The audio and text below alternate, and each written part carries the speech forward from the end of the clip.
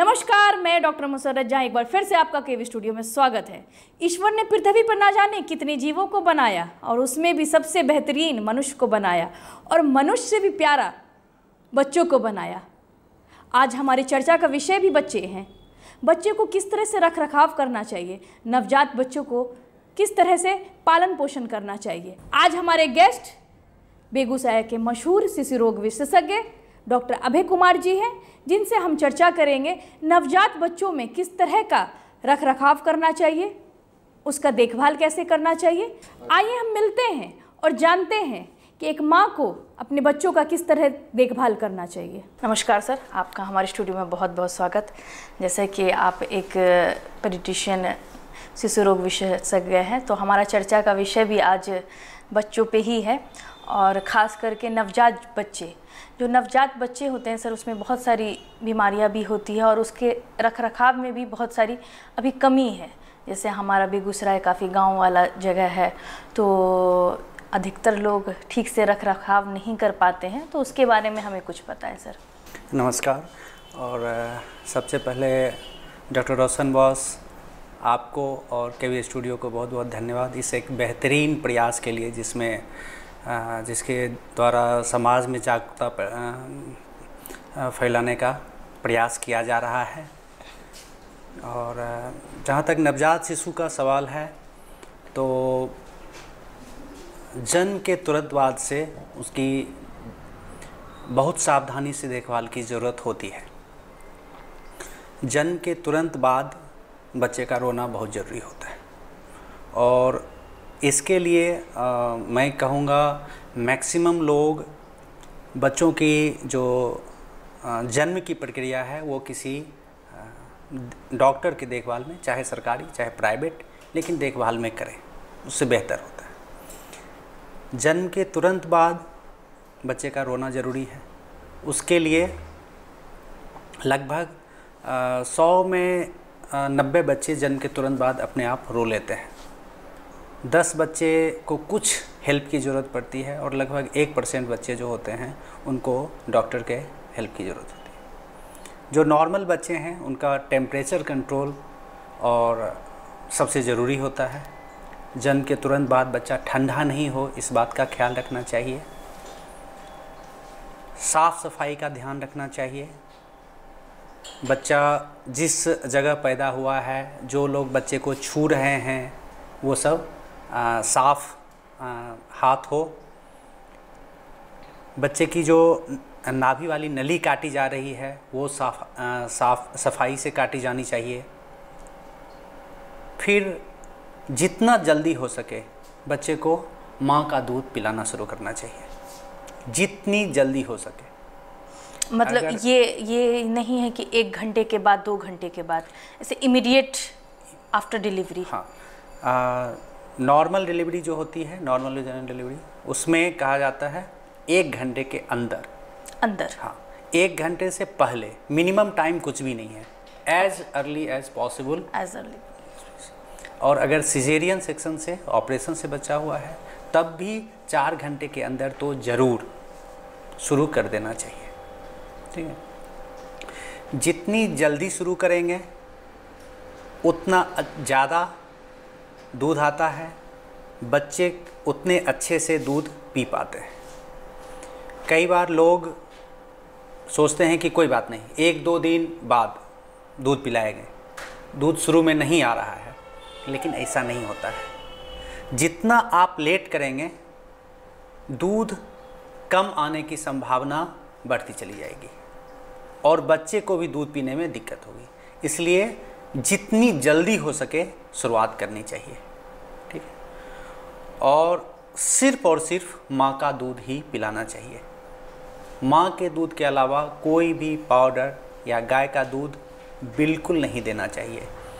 जिस भी माँ को एक स्वस्थ बच्चा, जिस माँ ने एक स्वस्थ बच्चे को जन्म दिया है, प्राकृतिक रूप से निश्चित रूपेण उसमें दूध आएगा ही। किसी भी इंसान को शक नहीं करना चाहिए कि दूध आएगा नहीं आएगा, निश्चित रूपेण आएगा। जब लोग शक करते हैं कि हो सकता है नहीं आएगा, तो दूध आने की संभावना, उस शक की वजह से भी, कॉन्फिडेंस कम होने की वजह से भी दूध नहीं आता है। उसमें सब लोगों का रोल है, डॉक्टर का भी रोल है। डॉक्टर को प्रोत्साहित करना चाहिए, काउंसलिंग करनी चाहिए, और घर की जो बुज़ुर्ग महिलाएं हैं उनका भी काफ़ी रोल है। दूध पिलाने के बाद हमेशा बच्चे को कंधा लगा के डकार दिलाना चाहिए, नहीं तो बच्चे में उल्टी होने की संभावना रहती है। दूसरी बात है 2-2 घंटे भी दूध पिलाना चाहिए। हमेशा शुरुआत के 1 महीने बच्चा अगर दूध के लिए नहीं भी रोता है तब भी 2-2 घंटे पे बच्चे को दूध पिलाना चाहिए। सोया हुआ है बच्चा तब भी 2 से 3 घंटे से ज़्यादा सोने नहीं देना है, उसको लगातार पैर में मार के जगा के उसको दूध पिलाना है। ये 2 घंटे पे, 2 से 3 घंटे पे। जैसे कि आपने बताया कि बच्चा अगर दूध ना मांग रहा है तो भी 2 घंटे में पिलाना है। ऑन डिमांड फीडिंग 1 से 1.5 महीने बाद ही की जा सकती है। उससे पहले क्या होता है, अगर बच्चा दूध नहीं पिया है तो उसमें ग्लूकोज की कमी हो जाएगी, तो बच्चा कई बार दूध पीने के लिए उठता ही नहीं है और वो सुस्त हो जाता है, और माँ सोचेगी ओ बच्चा सोया हुआ है, जब बच्चा जगेगा तब उसको पिलाएंगे, तो उसमें नुकसान हो सकता है, उसके ग्रोथ पे। हाँ, क्योंकि बच्चों में रिजर्व बहुत कम होता है, इसलिए उसको बहुत फ्रीक्वेंटली। दूसरी बात है जो लोगों को पता होना चाहिए, रात में भी दूध पिलाना नवजात शिशु को ज़रूरी होता है। ये नहीं कि रात में एक बार शाम में पिला दिया और अब सुबह पिलाएंगे, रात में भी 2-3 घंटे में दूध पिलाना ज़रूरी होता है। और मैं काफ़ी विश्वासपूर्वक बताना चाहता हूँ, जो भी माँ रात में भी दूध पिलाती हैं उनको अच्छी नींद आती है। नेचर ने उनका पूरा इंतज़ाम कर रखा है कि अगर रात में भी वो दूध पिलाएंगी तब भी कुछ हार्मोन्स सिक्रीट होते हैं जो कम समय के नींद में उनको उतना रिलैक्स कर देते हैं। वो माँ जो बच्चे को दूध पिला रही रात में अगर 5 घंटे भी सोएंगी, तो जो माँ बच्चे को दूध नहीं पिला रही है वो अगर 8 घंटे सोती हैं, तो दोनों को एक जैसा रिलैक्स फील होगा। तो ये ज़रूरी है। और रात में दूध पिलाने से दूध भी ज़्यादा बनता है। दूसरी बात, एक काफ़ी कंप्लेन आती है कि दूध पर्याप्त नहीं है। जी। इसमें मैं बताना चाहता हूँ कि होता एक्चुअली ये है कि जब बच्चा माँ का दूध पीता है तो माँ का दूध बहुत ही सुपाच्य होता है, बहुत इजीली डाइजेस्ट हो जाता है। तो बच्चा जल्दी ही फिर उसको भूख लग जाती है, वो रोने लगता है। और गाय का दूध या पाउडर वाला दूध, फॉर्मूला मिल्क, ये इतने आसानी से नहीं पचते हैं, तो उनके पेट में मात्रा उतनी ही जाती है, वो बहुत देर तक पचता नहीं है, उनको भूख नहीं लगती है, तो वो शांत रहते हैं। तो ये तो लेकिन अच्छी बात नहीं है बच्चे के लिए। बच्चे के लिए तो वो अच्छा चीज़ है जो इजीली वो ले, इजीली डाइजेस्ट हो और वो फिर पिए। ये तो सर सबके लिए बात है कि digestive food is good for all, मतलब बड़े लोगों के लिए भी बच्चों के लिए भी। डेफिनेटली। तो ये मिसकंसेप्शन है कि बच्चा जल्दी रोने लगता है। बच्चा जल्दी रोने इसलिए लगता है क्योंकि उसका दूध पच गया है, और ये अच्छी बात है। ये अच्छी बात है। ये अच्छी बात, पॉजिटिव वे में लेना चाहिए और फ्रीक्वेंटली दूध पिलाना चाहिए, उससे बच्चे का ग्रोथ अच्छा होगा। दूसरी बात है कि एक्सक्लूसिव ब्रेस्ट फीडिंग टर्म जो यूज किया जाता है, एक्सक्लूसिव मीन्स कुछ भी उसके अलावा नहीं देना है, नथिंग फॉर 6 मंथ। कितनी भी गर्मी हो, पानी की ज़रूरत नहीं होती है। माँ का दूध बिल्कुल भगवान का ऐसा डिज़ाइन किया हुआ, ऊपर वाले का ऐसा डिज़ाइन किया हुआ दूध है, उसी से उसकी प्यास भी बुझती है, उसी से उसकी भूख भी मिटती है। सर बहुत लोगों को देखा है कि जैसे 3 मंथ तक तो मतलब माँ का दूध पिला रहे हैं, उसके 3 मंथ के बाद वो लोग मतलब पानी भी पिलाना शुरू कर देते हैं, जैसे कि आपने बोला exclusive 6 month only breast feeding.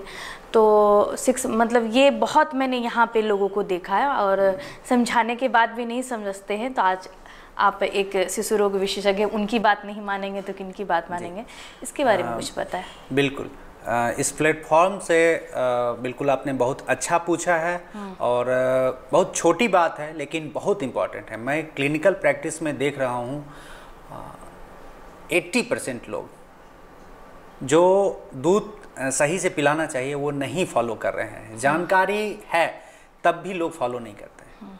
बिल्कुल 6 महीने तक, और लोगों को ये समझना चाहिए कि बच्चे के दिमाग के ग्रोथ के लिए एक्चुअली थोड़ी सी जानकारी का अभाव है। मैं आपको बताऊं कि एक बार मैं ऐसे ही काउंसलिंग कर रहा था एक माँ का, कि देखिए अगर आप दूध पिलाएंगी, देखिए माँ के दूध पिलाने का ना जब हम लोग फ़ायदे पढ़ते हैं तो बच्चे को फ़ायदा, जो हेडिंग्स होती है, बच्चे को फ़ायदा, माँ को फ़ायदा, फैमिली को फ़ायदा, सोसाइटी को फ़ायदा। How to society? हाँ, सोसाइटी, ये बहुत ही इंटरेस्टिंग बात पूछा है। सोसाइटी को फ़ायदा है। कैसे फ़ायदा है? बहुत इजीली समझ सकती है। जो बच्चा माँ का दूध पिएगा वो कम बीमार पड़ेगा। ओके, तो हॉस्पिटल पे लोड कम पड़ेगा। ठीक है। जो बच्चा माँ का दूध पिएगा उसका 8 to 10 टाइम्स IQ ज़्यादा होगा। तो सोसाइटी में मतलब ज़्यादा होशियार बच्चा होगा, सोसाइटी को ज़्यादा होशियार बच्चे मिलेंगे, ज़्यादा होशियार एक ज़्यादा अच्छा सिटीजन मिलेगा,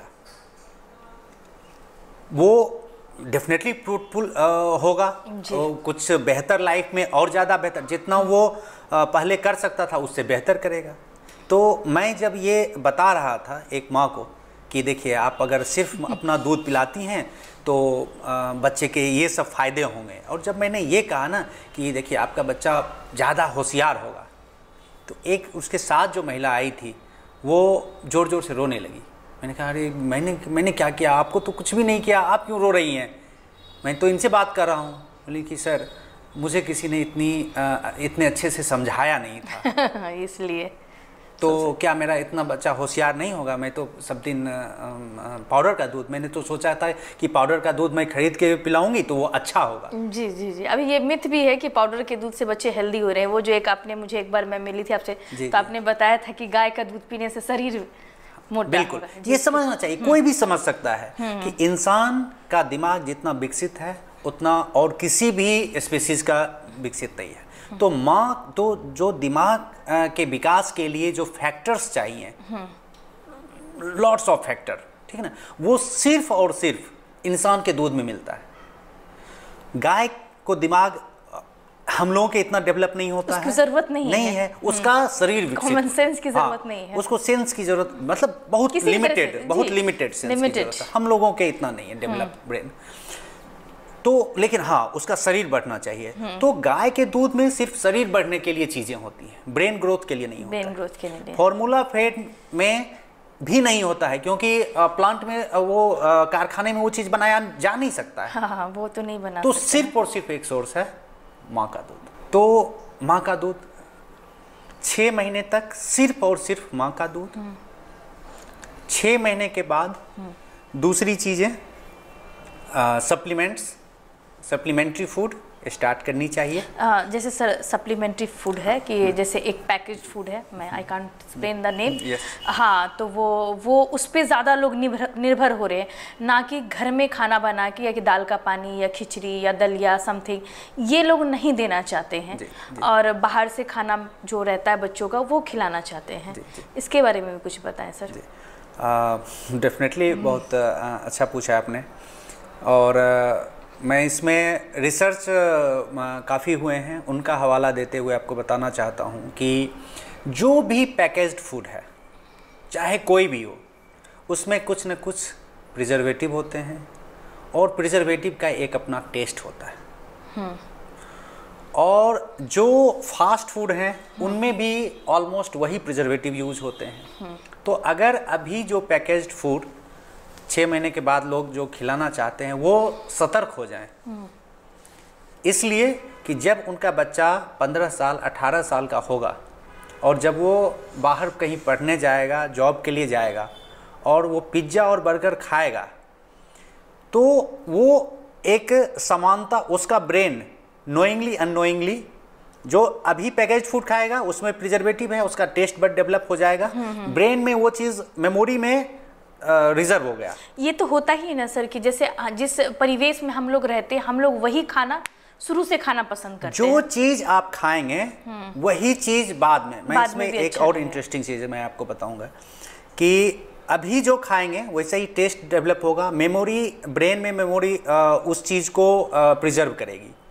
और जब वो बच्चा बड़ा होगा और फास्ट फूड खाएगा, तब बच्चा का दिमाग नोइंगली अननोइंगली कहेगा अरे ये तो वही टेस्ट है जो मम्मा ने मुझे शुरुआत से दी है जी। और वो फास्ट फूड ज़्यादा पसंद करेगा।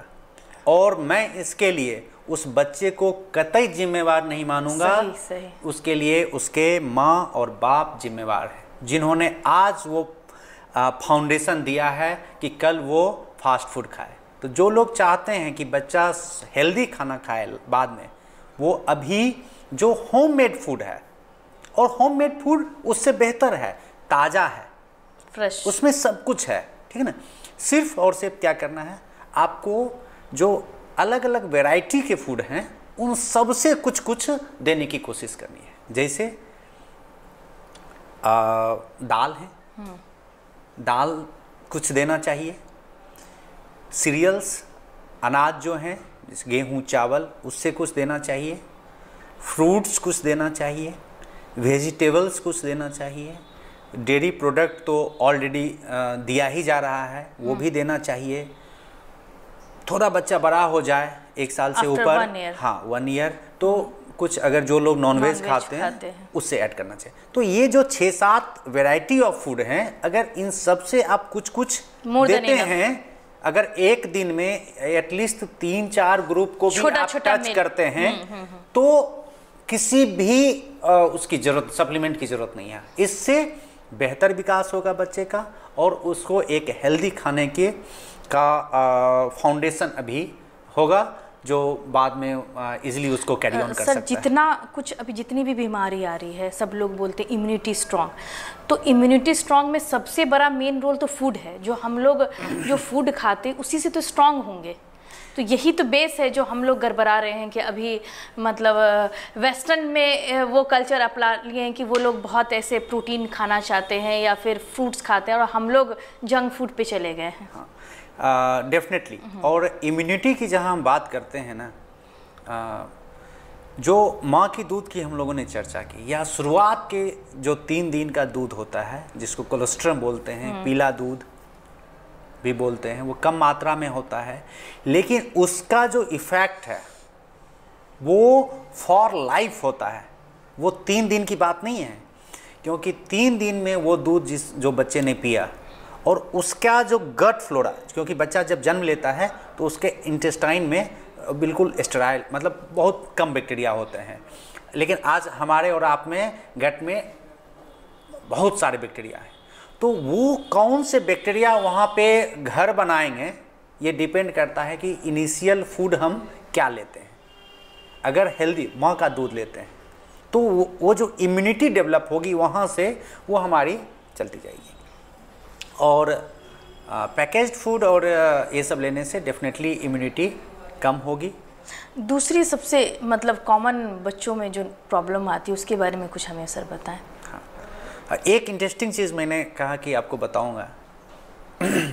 रिसर्च ये कहता है कि माँ जो खाती है, ठीक है ना, प्रेगनेंसी के दौरान, मान लीजिए एक एग्जांपल, जैसे गाजर वो बहुत खाती है, ठीक है ना, तो बच्चा जो माँ के पेट में होता है और एक एमनियोटिक फ्लूइड उसके चारों तरफ जो होता है, उसमें कुछ न कुछ अंश जो माँ खाएंगी उसका कुछ न कुछ अंश वहाँ तक पहुँचता है। और आपको जान के आश्चर्य होगा कि प्रेगनेंसी के दौरान जो चीज़ माँ ज़्यादा खाती हैं, बहुत ज़्यादा चांस होता है कि बच्चे को वो चीज़ पसंद आए। वहाँ से, जैसे नहीं महाभारत में कहा गया है कि बच्चा माँ के पेट में अभिमन्यु था, तो ये सब चीज़ें साइंटिफिक हैं। वहाँ से वो उन चीज़ों को एक्सेप्ट करना शुरू कर देता है और वो चीज़ें उसको बाद में अच्छी लगने लगती है। तो स्टार्टिंग ही से यानी ये प्रेगनेंसी से ही हमें जंक फूड अवॉइड करना चाहिए। और कहते हैं कि फर्स्ट कहा जाता है फर्स्ट 1000 डे, ठीक ना, उसमें of life is very very important. और वो जो 1000 डे है वो प्रेगनेंसी से गिना जाता है, जिस समय से एम्ब्रियो डेवलप शुरू होना, उस समय से गिना जाता है। उस समय से जो एक्टिविटीज़ हो रही हैं ना, वो बच्चे के पूरे ग्रोथ में एक्चुअली जो है कि जब से वो भ्रूण रहता है तब से ही वो बच्चा बन जाता है और वही से स्टार्ट होता है कि वहाँ पे कैसा उसका हेल्थ रहेगा। बिल्कुल बिल्कुल बिल्कुल। सर, जो बच्चे में दूसरी सबसे प्रॉब्लम आती है, जैसे आपने यहाँ देखा होगा कि वो सबसे ज़्यादा क्या है जिसको सबसे ज़्यादा फैमिली मतलब डिलीवरी होने के 2-3 दिन के बाद ही डॉक्टर विजिट करने आ गया कि मुझे ये प्रॉब्लम है, ये हो गया? हाँ, ज़्यादातर फीडिंग से ही प्रॉब्लम होती हैं। ज़्यादातर लोग गैस बनना कि मेरे बच्चे को बहुत गैस बनता है, ये सब 2-3 जो कॉमन प्रॉब्लम लेके आते हैं, एक्चुअली वो प्रॉब्लम नहीं है।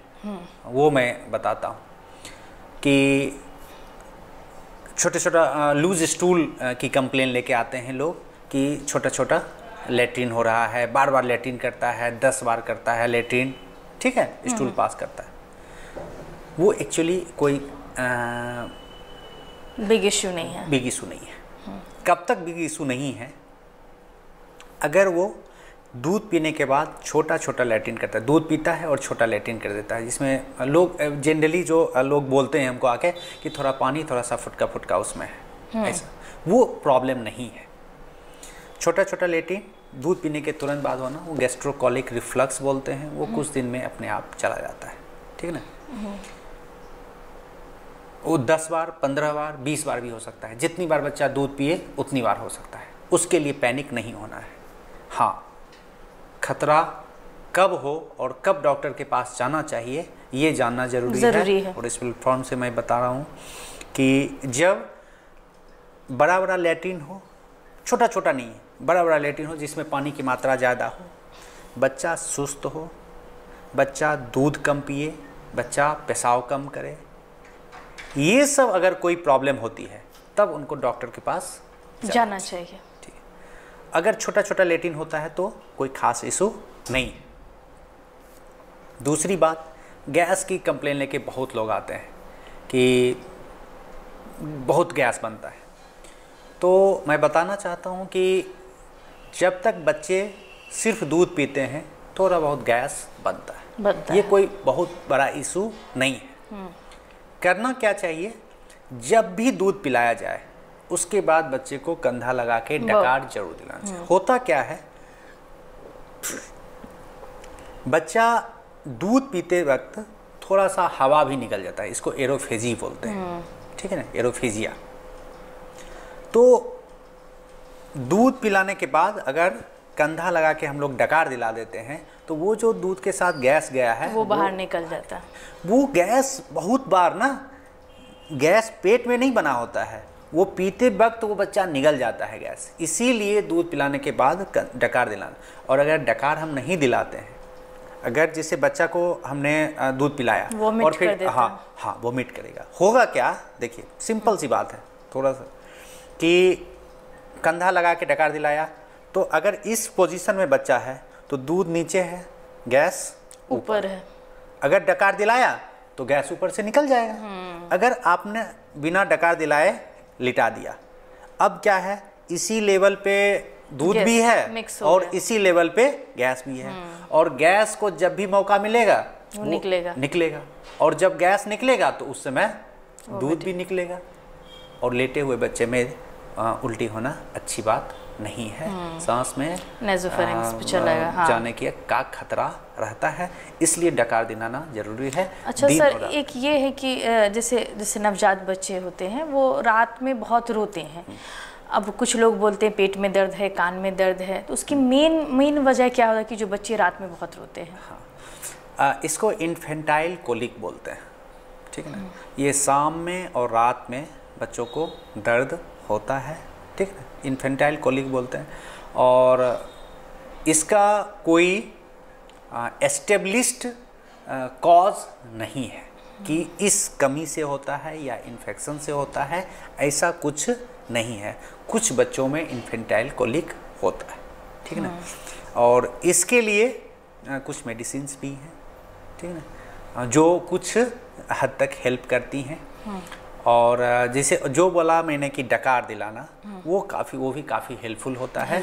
जब भी इस तरह का एपिसोड हो तो उसको कंधा लगा के डकार दिलाना चाहिए, और कुछ मेडिसिन्स भी हैं। और अगर बच्चे में मतलब सबसे मेन इन्फेक्शन का सबसे बड़ा स्रोत क्या है कि जो इन्फेक्शन होता है, या फीवर ही आए या फिर कोलाइटिस या पेट में दर्द बोलेंगे या कोई भी, तो इसमें इन्फेक्शन का सबसे मेन स्रोत क्या है? कहीं भी इन्फेक्शन का सोर्स गंदगी है, कहीं भी, चाहे वो बच्चों में हो चाहे बड़ों में। और बच्चों में 2-3 जो चीज़ें हैं वो इम्पॉर्टेंट हैं। एक तो दूध पिलाने से, अगर हम माँ का दूध नहीं पिला के बाहर का दूध पिलाते हैं तो पेट का इन्फेक्शन होने का चांस हमेशा रहता है। वो फीडर, हाँ, क्योंकि माँ के दूध में कुछ फैक्टर्स होते हैं, एंटीबॉडीज़ होती है, जो अगर छोटा मोटा इन्फेक्शन है भी ना तो उसको वो ख़त्म कर देता है, उसको ठीक कर देता है। वो एज ए ड्रग आप समझ सकती हैं, मतलब छोटे मोटे इन्फेक्शन को ना, क्योंकि माँ का एंटीबॉडी उसमें रहता है। और बाहर का जो दूध पिलाते हैं उससे पेट का इन्फेक्शन का डर रहता है, क्योंकि गंदगी कहीं से भी आ सकती है। दूध बनाने के लिए जो पाउडर लिया गया है उसमें हो सकता है, हाथ में हो सकता है, बर्तन में हो सकता है, पिलाने के तरीके में हो सकता है। तो पेट का इन्फेक्शन एक कॉमन होता है। दूसरा सांस का इन्फेक्शन कॉमन होता है। सांस का इन्फेक्शन, हाँ, ज़्यादातर केसेस में वैसे वायरल भी होते हैं, ठीक है ना, जो काफ़ी सामान्य होते हैं और जल्दी ही छूट जाते हैं। सर एक बहुत ही कॉमन देखा है वैसे तो, मतलब कुछ बच्चे को, मैक्सिमम बच्चे को मैंने देखा है कि जन्म के 2 या 3 दिन के बाद बॉडी में छोटे छोटे बॉयल्स आ जाते हैं। तो क्या ये तेल मालिश के वजह से होते हैं या फिर किसी और इन्फेक्शन की वजह से? नहीं, उसको जो ज़्यादातर टर्म बेबी को होता है उसको इरिथमा टॉक्सिकम एक टर्म है, वो कहते हैं। और ये भी बिल्कुल ही नॉर्मल चीज़ होता है, बिल्कुल ठीक है ना। हाँ, अच्छा, तेल की जैसे ऑयल मसाज की बात हुई तो शुरुआत के 8 से 10 दिन एटलीस्ट ऑयल मसाज नहीं होना चाहिए, ठीक है। बच्चे को तेल नहीं लगाना चाहिए शुरुआत के 10 दिनों तक। हाँ, 10 दिनों तक नहीं लगाना मगर सर चाहिए। ये गांठ बांध लिए, मुझे लगता है कि गांव की लेडीज़ या फिर अच्छे लोग भी कि मालिश तो करना ही करना है, ये कब खत्म? हम लोग मालिश से मना नहीं करते, ठीक ना। मालिश के ऑयल मसाज के फ़ायदे एस्टेब्लिश्ड फैक्ट हैं, होते हैं, खास करके प्री टर्म बेबी में जो कमज़ोर बच्चे होते हैं उनमें तो काफ़ी फ़ायदे पाए गए हैं, इसलिए ऑयल मसाज मना नहीं करते, लेकिन शुरुआत के 8-10 दिन नहीं करना चाहिए। और दूसरी बात कि एक चीज़ समझा के हम लोग थक जाते हैं और वो न समझते हैं, और सरसों के तेल से नहीं करना चाहिए जी। मतलब इरिटेंट ऑयल और जो मिलावट वाला तेल है, ये 2 तरह का तेल नहीं यूज करना चाहिए 10 दिन के बाद। 10 दिन तक तो करना ही, हाँ, 10 दिन से पहले तो करना ही नहीं चाहिए। तो जो मस्टर्ड ऑयल है वो इरिटेंट ऑयल है, वो जलन थोड़ा देता है, बड़ों को भी देगा। और बच्चों का स्किन बहुत कॉमन होता है, सेंसिटिव होता है, इसलिए सरसों का तेल नहीं यूज करना चाहिए। हम लोग लगातार एडवाइस करते हैं। कोकोनट ऑयल यूज कर सकते हैं, ऑलिव ऑयल, हाँ, ऑलिव ऑयल कर सकते हैं, ये सब कर सकते हैं, ठीक है ना। ठीक है, नाक कान में तेल नहीं डालना चाहिए। ये भी एक है कि कान में डालते हैं, नाक में डालते हैं, बिल्कुल नहीं डालना चाहिए। नहीं डालना चाहिए। काजल नहीं लगाना चाहिए। काजल तो मुझे लग रहा है बहुत कम हुआ है। टीका लगा सकते हैं, बहुत कम हुआ है। ये डॉक्टरों की ही पहल है कि बहुत कम हुआ है काजल का होर, अभी बहुत कम ही दिखता है काजल लगाते। सर इम्यूनाइजेशन के बारे में बताएं कि जैसे तो अभी तो इम्यूनाइजेशन बहुत स्ट्रांग हो गया है, तो बच्चे का तो होता है क्योंकि गांव में सरकार के द्वारा बहुत सारे आंगनबाड़ी में इम्यूनाइजेशन है, उसके बारे में कुछ हमें बताएं। इम्यूनाइजेशन का कवरेज, टीकाकरण का कवरेज बहुत बढ़ा है और बहुत अच्छी बात है। इस क्षेत्र में मुझे लगता है कि काफ़ी डेवलपमेंट हुआ है, काफ़ी विकास हुआ है, लोगों में भी जागरूकता है। हम लोग जितना एडवाइस करते हैं, अब वैक्सीन लोग लगाते हैं। पहला जो जन्म वाला वैक्सीन है वो 24 घंटे के अंदर लगना चाहिए। उसमें हम लोग BCG जो टीबी के लिए, हेपेटाइटिस B और पोलियो का ये दिया जाता है। उसके बाद फिर 6 वीक पे 10 वीक पे, 14 वीक पे, ठीक है। फिर सर जैसे इम्यूनाइजेशन में भी बहुत सारे अभी हाइट हो गए हैं, कितने इम्पोर्टेंस है कि इतने होने चाहिए? वैसे तो बहुत सारे इम्यूनाइजेशन है, वो नीमोकोकल बहुत सारे आ गए हैं, तो क्या सब बहुत इम्पोर्टेंट है या फिर कुछ बहुत इम्पोर्टेंट है? मेरा मानना है कि एलोपैथी ट्रीटमेंट, एलोपैथी जो ये पैथी है जिसको अंग्रेजी बोलते हैं, और बाकी तो सर्जरी और बहुत चीज़ों में बहुत विकास हुआ है। मैं एज ए पीडियाट्रिशियन बताना चाहता हूँ कि 2 चीज़ एलोपैथी ने बहुत अच्छी बनाई है। एक तो ORS, ठीक ना। ORS इन्वेंट होने से पहले डायरिया से जितनी जान जाती थी उतनी किसी भी एक बीमारी से नहीं जाती थी। जी, ये मैंने कुछ दिन पहले आप देखे होंगे डॉक्टर शशि भूषण सर, हाँ। ये सब उन टाइम की बात बता रहे हैं कि ये तो अब तो बहुत अच्छा कुछ हो गया है, अच्छा डायरिया से बच्चे मरते थे। एक जो मेडिसिन मुझे लगता है कोई भी वो हर्ट की मेडिसिन नहीं है जो इतने लोगों का जान बचाई होगी। कोई कैंसर की दवा नहीं है, बड़ी बड़ी दवाएं जो हजारों लाखों की आती हैं, ठीक है ना। कोई भी दवा, दुनिया की कोई भी दवा इतनी जान नहीं बचाई होगी जितना एक ORS ने बचाया है, ठीक है। और दूसरी चीज़ वैक्सीन बहुत अच्छी चीज़ है, ठीक है। कोई भी वैक्सीन जिससे कुछ भी फ़ायदा होता है, ठीक है ना। आप अगर सोसाइटी के लेवल पे आप देखेंगे तो उससे बहुत फ़ायदा है। सोसाइटी में एक इंडिविजुअल आदमी कितना कवरेज मिला नहीं मिला, जब सोसाइटी में मतलब होता है वैक्सीन का जो इफ़ेक्ट देखा जाता है वो इंडिविजुअल लेवल पे एक्चुअली नहीं काउंट होता है कि जब वैक्सीनेशन हुआ तो इस बीमारी का इंसिडेंस कितना सोसाइटी में कम हुआ, ये देखा जाता है। ये बात तो है। और जब से जिस बीमारी का वैक्सीन आया है उसके इंसिडेंस काफी उन्मूलन हो ही गया, काफी कम हुआ। उन्मूलन एटलीस्ट नहीं हुआ तो कम कुछ का तो हो गया। इसलिए वैक्सीन के बारे में हम ये नहीं कहेंगे कि ये वैक्सीन इम्पोर्टेंट और दिस इज नॉट, सब इम्पोर्टेंट एवरीवन, ठीक है। और खुशी की बात ये है कि अब गवर्नमेंट सप्लाई में मैक्सिमम इवन न्यूमोकोकल जिसकी बात आप कर रही हैं वो भी आ गया है, बिल्कुल आ गया है। हाँ। सबसे रिसेंट जो जुड़ा है क्योंकि काफी महंगे वैक्सीन आ गए हैं। वो काफी महंगा वैक्सीन, लेकिन गवर्नमेंट सप्लाई में आ चुका है। हाँ, ये तो बहुत अच्छी बात हो गई। और जो सबसे रिसेंट जुड़ा है वो है डायरिया का रोटा। हाँ, रोटा वो सबसे रिसेंट जुड़ा है। हाँ, बिहार में मतलब वो भी काफी महंगा वैक्सीन है एक्चुअली, निमोनिया से कम है। निमोनिया से कम वो काफी, इसलिए वैक्सीनेशन बहुत अच्छी, टीकाकरण बहुत अच्छी चीज़ है और सब लोगों को लेना ही चाहिए, दिलवाना ही चाहिए बच्चों के लिए।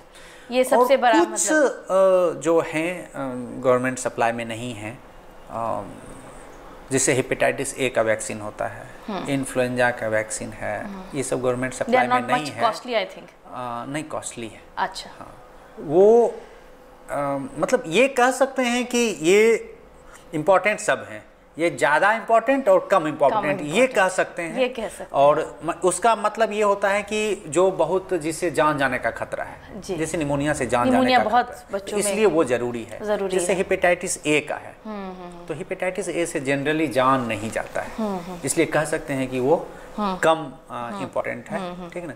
लेकिन मेरे ख्याल से वैक्सीनेशन का पूरा कवरेज होना चाहिए, बहुत अच्छी चीज़ है, इससे लार्ज स्केल पे बहुत फायदा है। तो जैसे न्यूनेटल जॉन्डिस है, इस तो वास्ट सब्जेक्ट है, इसके बारे में भी कुछ हमें बताएं। हाँ, जॉन्डिस तो लोग समझते हैं नवजात शिशु में जो जॉन्डिस होता है जनरली तीसरे चौथे दिन तक डेवलप होता है, जनरली सामान्य बच्चों में। किसी में पहले दिन भी हो सकता है अगर कुछ उसमें रिस्क फैक्टर हैं, जैसे माँ के ब्लड ग्रुप और बच्चे के ब्लड ग्रुप में डिफरेंस है या कुछ और कई चीज़ें होती हैं, तो पहले दूसरे दिन भी हो सकता है, लेकिन ज़्यादातर बच्चों में तीसरे चौथे दिन होता है। ये भी एक सामान्य चीज़ होती है। जॉन्डिस की कुछ मात्रा से दिक्कत नहीं होती है। जब जॉन्डिस एक लेवल से ज़्यादा होता है, बिलिरुबिन मतलब शरीर में बिलिरुबिन बढ़ना को जॉन्डिस बोलते हैं एक्चुअली, ठीक है। तो तीसरे चौथे दिन जनरली ज़्यादातर बच्चों में वो लेवल बढ़ता है। और एक लेवल से एक एक्चुअली अब लेवल इसलिए मैं कोई निश्चित अंक नहीं बोल रहा हूँ, क्योंकि किस लेवल पे ट्रीटमेंट देना है, ये किस दिन जॉन्डिस हुआ है, बच्चे का क्या वज़न है, कितने समय पे बच्चा पैदा हुआ है, कितने जेस्टेशनल एज पे, इन सब चीज़ों पे एक्चुअली डिपेंड करता है। वो तो डायनामिक चीज़ है। लेकिन थोड़ा बहुत जॉन्डिस होने से प्रॉब्लम नहीं है। क्या ये सनलाइट से ठीक हो जाता है या फिर इसको? इस बारे में और ये जॉन्डिस जो लोग दूध कम पिलाते हैं जी, उनको ज़्यादा होता है जी। ठीक है। जॉन्डिस का ट्रीटमेंट, जैसे जॉन्डिस को हम कैसे पहचानेंगे, आँख पीला, चेहरा पीला होता है, इससे एक मोटा मोटा अनुमान लग जाता है। और ज्यों-ज्यों जॉन्डिस बढ़ती है, पीलापन ऊपर से नीचे की तरफ बढ़ता है, ठीक है। और हम लोग स्किन को प्रेस करके एक ट्रेस देखते हैं और उससे एक रफ आइडिया मिलता है कि लगभग कितना इसका बिलिरुबिन होगा। उसके अनुसार से फिर हम लोग उसकी जांच करवा लेते हैं। लोग जो घर में हैं ये देख सकते हैं कि दूसरे दिन, तीसरे दिन, चौथे दिन बच्चे का चेहरा कुछ पीलापन तो नहीं आ रहा है। अगर पीलापन आए तो डॉक्टर से सलाह ले लेनी चाहिए, दिखा लेना चाहिए एक बार। और जहाँ ट्रीटमेंट किया आपने सूरज की रोशनी में जॉन्डिस जो कम होता है वो एक खास वेवलेंथ के लाइट से कम होता है, ठीक है। सनलाइट में पूरा स्पेक्ट्रम है, हर एक फ्रीक्वेंसी की लाइट है। लेकिन जॉन्डिस जो कम होता है एक खास फ्रीक्वेंसी जो है उसी से कम होता है। मान लीजिए ये उसमें सनरे में ये पूरी फ्रीक्वेंसी है, लेकिन हमारे यूज की जो फ्रीक्वेंसी है वो एक छोटा सा ग्रुप है। ओके, ठीक है। तो जब सनरे में हम देते हैं तो मिलता है, वो भी चीज़ मिलती है, लेकिन उसके साथ जो गैर जरूरी फ्रीक्वेंसी है वो भी मिलती है। तो इससे सनबर्न का भी खतरा रहता है, ठीक है। यूवी रेस का भी, यूवी, इसलिए वो रिकमेंडेड नहीं है, ठीक है ना। अगर मतलब थोड़ी बहुत जॉन्डिस होती है तो प्रॉब्लम ही नहीं है। एक लेवल से अगर ज़्यादा जॉन्डिस है, अगर जॉन्डिस लग रहा है तो डॉक्टर से एडवाइस लें। डॉक्टर देख लेंगे कि ट्रीटमेंट की ज़रूरत है या नहीं है। अगर थोड़ी बहुत जॉन्डिस होगी तो वो कहेंगे ठीक है, कोई दिक्कत नहीं है, ठीक है। और अगर एक उस लेवल से ज़्यादा जॉन्डिस होती है, मैं बार बार बता रहा हूँ कि वो दिन और किस दिन डॉक्टर देख रहे हैं, दूसरे दिन देख रहे हैं, तीसरे दिन देख रहे हैं, चौथे दिन देख रहे हैं, सातवें दिन देख रहे हैं, उस पर डिपेंड करता है वो लेवल, वो डिसाइड करते हैं, ठीक है। तब फिर फोटोथेरेपी दी जाती है। All over world standard treatment है, सब जगह अवेलेबल है, कोई उसमें हार्म नहीं है। और वो दे देने से बिलिरुबिन कम हो जाता है और बिलिरुबिन बढ़ने से दिमाग को नुकसान पहुंचने का खतरा रहता है। इसलिए अगर उस लेवल से ज़्यादा है तो इलाज होना चाहिए। और ये डॉक्टर एक्चुअली डिसाइड करें कि इलाज की ज़रूरत है या नहीं है। बहुत बहुत धन्यवाद सर, बहुत सारी जानकारी दी है। वैसे तो बहुत वास्ट है और एक टॉपिक अगर पकड़ा जाए तब जाके कंप्लीट होगा। बहुत बहुत धन्यवाद सर। Thank you.